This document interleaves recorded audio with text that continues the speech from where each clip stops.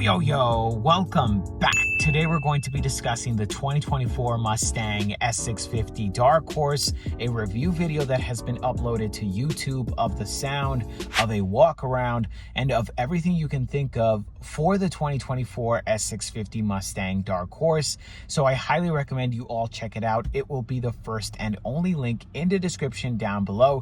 Again, full video in the description down below. I absolutely love it from start to finish. It covers all the bases from horsepower to engine specs all the way to the exhaust note of the new S650 Dark Horse, which, if you do not know, 500 horsepower, 418 pound-feet of torque, and the pinnacle of the Mustang lineup, at least from Ford. Other aftermarket manufacturers like RTR, Ready to Rock, are going to be releasing their very own Mustangs.